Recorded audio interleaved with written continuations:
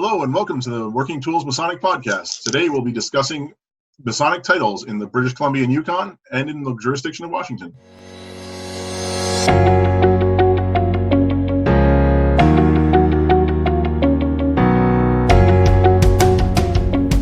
Ladies and gentlemen, brethren all, welcome to the Working Tools Podcast, a casual conversation around Freemasonry. First, it's important to note that our opinions and thoughts are our own and do not reflect those of our Grand Lodge or respective craft or concordant bodies. Please connect with us and ask questions, either here on YouTube or on our Facebook page. We'd also appreciate a thumbs up and especially any comments on our videos.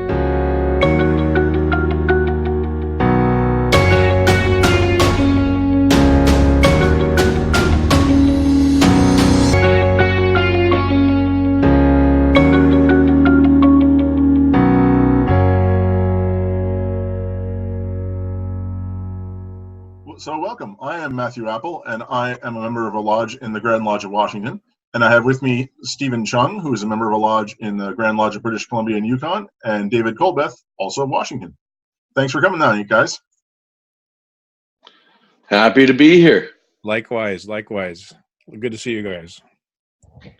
So tonight we thought it would be interesting to discuss sort of some of the differences between the titles and the Grand Lodge positions in the two different jurisdictions, because just because we're all Masons and we all believe the same things or are of the same tenets doesn't mean that we do all the things administratively the same. So we just thought it'd be interesting to address. So technically, I should say, I am very worshipful brother Matthew Appel, and I am the deputy of the Grand Master in District 2 of the most worshipful Grand Lodge of Free and Accepted Masons of Washington, which is a whole long title, and I just prefer brother personally. That's just my opinion. Well, that's one of the cool things in the ritual. It talks about, I think it's actually in the Lodge Officer's Handbook here in Washington. Once you introduce everybody, it's so fun to watch the master introduce all the guys, because he'll go through and he'll introduce the new brother and the masters and the past masters and the deputies and the Grand Lodge officers and the Grand Line and all that. And then he goes back and he has to say it again. Please help me welcome these brothers, worshipful brothers, very worshipful brothers, right worshipful brother. And you don't have to do that. You can just say brethren. Yep. Yeah, it's I actually. Yeah, well, there's that. Go ahead, Steve. There's a difference of opinion in that too. So the rule that I know it to be, or has been explained to me to be, is that inside the lodge room you have to use the titles. Outside the lodge room you don't. You can go with brother. Right? Yeah, I've been corrected several times. That's kind of how I think too. Is if you're in a Masonic setting, if you're in a tiled lodge or at an event, and then you use the title. Yeah, I agree. Yeah, if lodge is open, I'm all for the titles. If it's not, I sign my emails Matt. I don't feel the urge to be, that any different than anybody else there who's working in the quarries personally. Yeah. Well, the saying is, from the ranks you rose, right, to the ranks you shall return, right? So, you start off as a brother, and yes, you go and do all these great things for a lodge and the Grand Lodge, and which can earn you titles, and but eventually you go back down to being just a regular member again, or a has-been, as they call it. And sometimes those titles change after in BC, but that's my opinion. Anyways, I'm all for just going back to brother. So if we're going back to brother, I guess the question is, where are you coming from? So if you have what are the different titles that are? I will take you where I left you. In Yukon? I will take you where I left you. Well, I was never very proficient with the titles because I was never a title collector, so I never paid a whole lot of attention. But I think it's the same in your jurisdiction. You get worshipful brother once you become a worshipful master of your lodge. And that one just always sticks with you. Where I think it differs is when you guys go into the Grand Lodge offices and like you guys are both, well, Matt, you're the current district deputy grand master, so, and your title is a very worshipful, Yes. right? And our current district deputy grand master is a right worshipful. And the guys who are appointed, like the grand pursuivant, okay, he's a very worshipful because he was an appointed, not an elected or type position, right? How is it when you in your Grand Lodge line with that? Our generally speaking, our appointed Grand Lodge officers don't get a new title. So if you were a worshipful brother and you get made the Grand Tyler, you're still a worshipful brother. And if you're a very worshipful brother, like David is, you would still be very worshipful brother. He just sort of carries on from what it was before. Oh, okay. I think so. They don't. I think the general rule. I think the general rule in Washington is, except for one, you retain the highest level of title you ever receive. The only exception, I think, is if you're a special deputy, if you're assigned as a special deputy and not as the true district deputy, then you only hold the title while you're in that position as special deputy, and then you go back to what you were before, brother, worship master, worship brother, whatever. Which is bizarre, but a little bit. They tried. I guess they tried to change that at the last Grand Lodge. We voted on it, and it didn't pass to let special deputies keep. Matt, do you know? Maybe I'm taking your thunder here. Maybe you're going to say this. Hopefully not. That we used to be right worshipful as a district deputy. I did not. Oh, look at that! There's something David knows. I believe it was in 1950 or in the 50s or 40s. They changed it from right. We were right worshipfuls, and then they changed it to very worshipful. Interesting. Do you know why? I could bring up my research. I don't remember exactly what it was, but I think it was the confusion between the line, the grand line, and not. I think that's really what it was. Because I don't think there was ever a time that our officers, grand officers, were ever considered anything other than what Matt said, the worshipful brother, or whatever title they were, brother, whatever. Yeah. Well, the other thing I was curious about is that you have additional positions. So maybe not just titles, but additional positions. Maybe we can kind of make that part 2 of the show here, or the second half as we get going. But you mentioned the pursuivant. We don't. I never say that right, but we don't have that. Pursuivant. Pursuivant. Yeah. See, we don't have that. We don't have that person. Well, I think it's just a fancy word for Grand Steward. Basically, I think you're right. It's a lot of the Grand Lodges consider that the starting point for the Grand Line to go to Grand Master. I know in Idaho that's the consideration, and in California, Montana as well, I believe. I remember when I was actually at the Grand Masters conference in Vancouver, I met whatever that name is. I can never say the title for Montana. He was a young man. He was like in his 20s, and he was one of the youngest ever to be appointed. And the assumption is that if he should, or he's going to continue through the Grand Line to be Grand Master. Interesting. Yeah. Wow. So in British Columbia, are your elected officers? Do they have a different title? Or are they rights or varies or? No, I think there's only rights and varies that they use in our Grand Lodge, and then of course once they get into the Grand Masters, the most, right? The most worshipful. But I think it's just rights and varies. But every Grand Lodge officer, so like we have, other than the district deputies, I think they're the only ones who are right worshipfuls.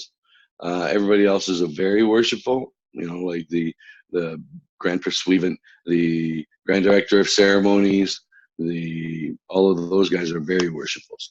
Does that include also the steward or the wardens and secretary and that sort of stuff? They just go by Senior Grand Warden. And they don't. Yeah, they don't. I don't think they have the right or vary in front of it until you get to the Grand Master, which is the most worshipful, right? And does yours retains the most worshipful status as well, right? Yes. Okay. Yes. I know there's some jurisdictions that they go back to being a right worshipful. Really? That only the Grand Master, while he's in office, is the most worshipful. Well, I think that's kind of appropriate, but I can see why, most guys who go through the Grand Lodge offices and become a most worshipful, they like the title. And so I can see them having a hard time giving that up. I suggested once, and I still think it's true, that I was going to introduce at Grand Lodge a resolution to make it that everybody loses their titles when they're out of office, and maybe keep worshipful brother, because that sort of differentiates if you can vote or not at Grand Lodge. But other than that, everybody loses their title when they're done with their office. Very worshipful, right worshipful, whatever it is, most worshipful. And I happened to mention it in the presence of a past Grand Master who said, "Yeah, that'll never pass." So, I'm guessing that's not going to happen anytime. Yeah. It probably wouldn't make it out of jurisprudence in our case. Yeah, that's a good Yeah, point. It would probably be considered conveniently out of order every year. Yeah, it's so in Washington, I guess we should say, since I've been peppering you with questions, so our Grand Master is most worshipful, and then the elected Grand Officers, past and present, are right worshipful, and then the current and past district deputies are very worshipful. So we have very few right worshipful brothers, because there's basically the 4 elected Grand line members, and maybe if there's any past Grand Secretaries floating around. So we only have a handful of them. And of the 2 past Grand Secretaries that I know, one of them was a past Grand Master, so he goes by most anyway. So I think aren't there a couple of Grand Secretary Emerituses as well but I guess they retain right worshipful anyway. Yeah. So yeah, so we have a very small number of right worshipfuls, whereas if all of our elected officers were right worshipful, obviously we'd have a lot more of them floating around out there. Huh. It's an interesting idea. I wonder why the difference between very and right. I wonder if how a jurisdiction considers one portion of that title higher than the other. Maybe I should have researched. Yeah, that's a good question. I don't know if it pertains, because I was always told that the whole worshipful thing harkens back to the ye olde England, where the right, you were right worshipful could refer to a judge or something like that. So I don't know if that was the rationale behind it, or by the time we were founded in 1860, whatever, that things had changed. Well, if I've told you this story before, I may have told Steve and Connor and them in the past, but when I first joined Masonry, I thought of the idea of worshipful. I don't like to say that I worship anybody other than who I worship, and so I had kind of stuck with me a little bit. I had a little bit of an issue with that title, and then, but I kind of got over it. I just realized, okay, it's like the military. You have titles. That's just the way things are. It's not really who they are. It's their title. It's their name. And then a client of mine actually moved to Canada, and she was posting on Facebook that she was going to have to. She said, well, "I'm going to have to address the city council next week." She worked for the city and the mayor, and she said, "There's no way I'm not going to be able to not laugh because they call him your worship." And I said, so our next time we had our scholarship dinner, and the mayor, we had a female mayor that came, was in our city in Auburn. And so I related that story to her. And so I said, "We're going to call you now the worshipful mayor." There you go. She liked that idea. I tried to get my wife to call me worshipful when I was in the chair, but it didn't work. Never does. I actually heard on another podcast that there's in, I believe it was Maryland, they're trying to get this right in what they said. Their senior and junior grand wardens the deputy grand master the senior and junior grand wardens, serve only for 1 year, but the deputy grand master and the grand master serve for 2 years. So in theory, you're cranking out twice as many past grand wardens as you are past grand masters. How is that? I wonder how that works. Yeah, exactly. Yeah. The guy on the podcast basically said it's not. Why would they do that? Like, it's just because you're junior grand warden does not mean you're expected to ever be senior grand warden. It's just you get elected for 1 year and congratulations kind of thing. Interesting. But the deputy grand master generally becomes the grand master. I'll be darned. But the wardens are not necessarily related to that at all. And yeah, it was. I just had this mental image of all these, past junior grand wardens floating around.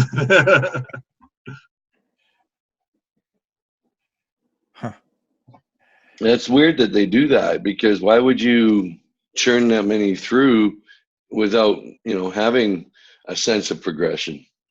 Well, I guess on some level you can. That's not in your jurisdiction. Where is that? I think it was Maryland. Mm. So back on the East Coast, I think it was. Oh, and I thought of it myself, and he didn't say this, but in my head, you could sort of try more guys out that way, right? You could say, well, I could elect Matt to be junior grand warden, but that guy's an idiot. He did a crappy job as junior grand warden, so now I don't ever have to make him grand master, right? Whereas in our more progressive system, generally speaking, if you get elected junior grand warden, things have to be really bad for you not to be elected senior grand warden. Very true. Very true. Looks like Steve is frozen on us. He might be. So hopefully I haven't offended the whole grand line here. Uh-huh. So no, it's funny because on my screen it's Matt who freezes. Not crazy. Yeah. Well, the other thing I wanted to ask before we run out of time here, I wanted to ask about the different positions. Yeah, but I think it's my Wi-Fi connection. It could be. If you're here, Miss Steve, I wanted to ask about the difference in the positions, because I would assume that you go from brother to being worshipful brother. That's the only step, right? There's no step in between there that you have. And so I'm curious about do the lodge positions mimic the Grand Lodge position? So do you have every station in Lodge that you do in Grand Lodge? So, I mean, for our example, we have the pretty much all that stuff. So yes, stewards, deacons, yeah, we have them all. And so, but you also have a couple of extra. The one I can't say, can't pronounce. Persuaded. Well, technically, Grand Pursuivant is just a fancier word for steward. Okay.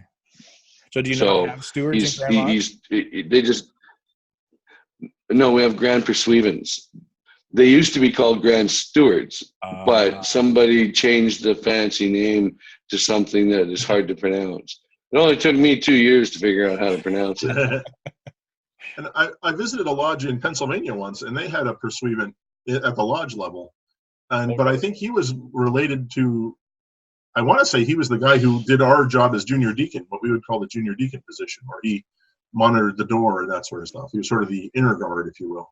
Yeah. I think that's when I looked it up. I believe that's what I thought I read it to be more of, kind of like almost like an inner Tyler. Right.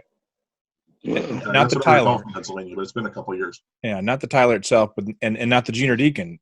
Right. Our junior deacon guards the door. Does the junior deacon guard the door in Canada? Inner guard guards the door. So you have an inner guard and a junior deacon? Yes. Oh, interesting. Generally speaking, how many officers are there? Is it? Well, we started at stewards. We got junior steward, senior steward, inner guard, junior deacon, senior deacon.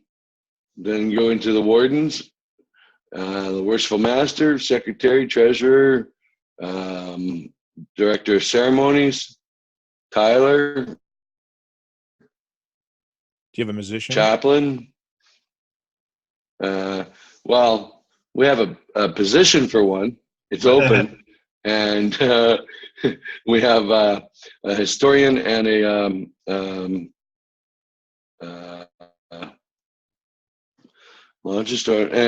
director of education.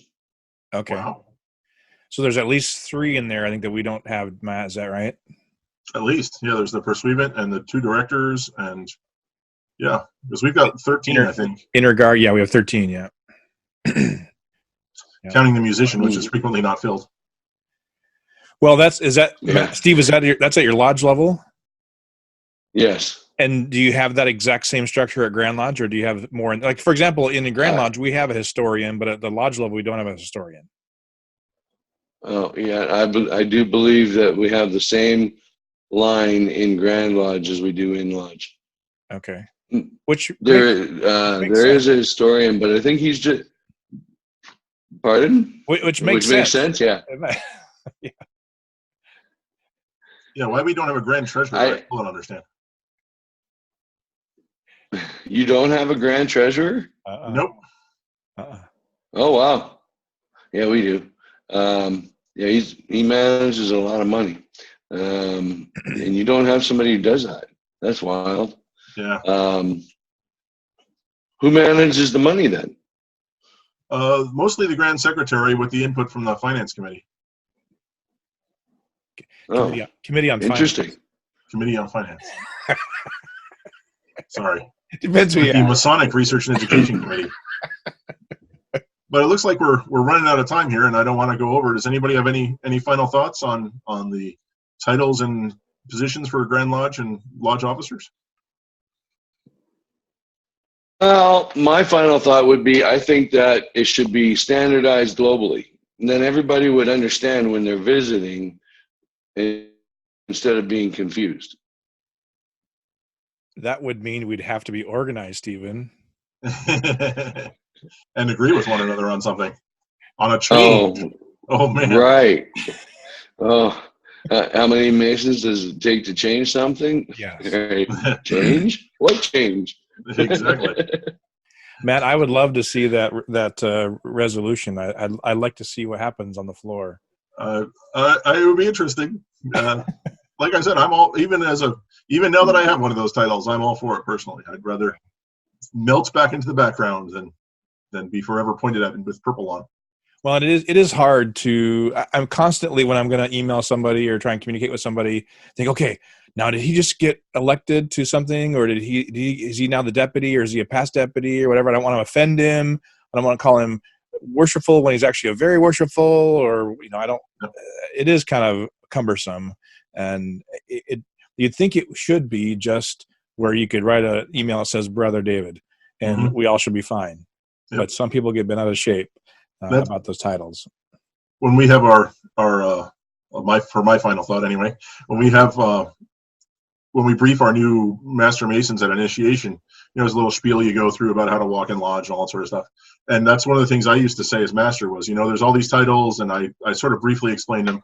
And then I said, but, we're all brothers. Brothers should always work, and if it doesn't work, it's his problem, not yours. Which is kind of a bad spot to put the new initiate in, honestly, when I thought about it in retrospect. But in reality, that's, in my personal opinion, that would be the ideal. So on that note, I want to thank you all for coming to the Working Tools Masonic podcast this week. And on behalf of Steve Chung and David Colbeth, I thank you for listening. See you soon. Bye.